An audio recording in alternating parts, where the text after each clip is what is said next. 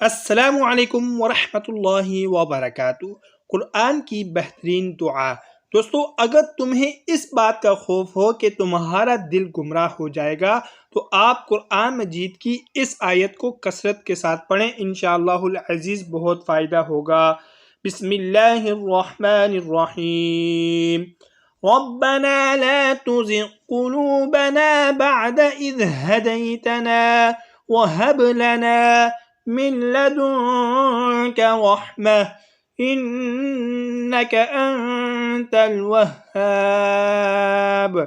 سورہ آل عمران آیت نمبر 8، اس کو اپنی دعاؤں میں شامل کریں، انشاءاللہ العزیز بہت فائدہ ہوگا۔ اور مزید اچھی ویڈیوز کے لیے چینل کو لازمی سبسکرائب فرمائیں۔ جزاکم اللہ احسن الجزاء۔ طالب دعا قاری محمد آصف۔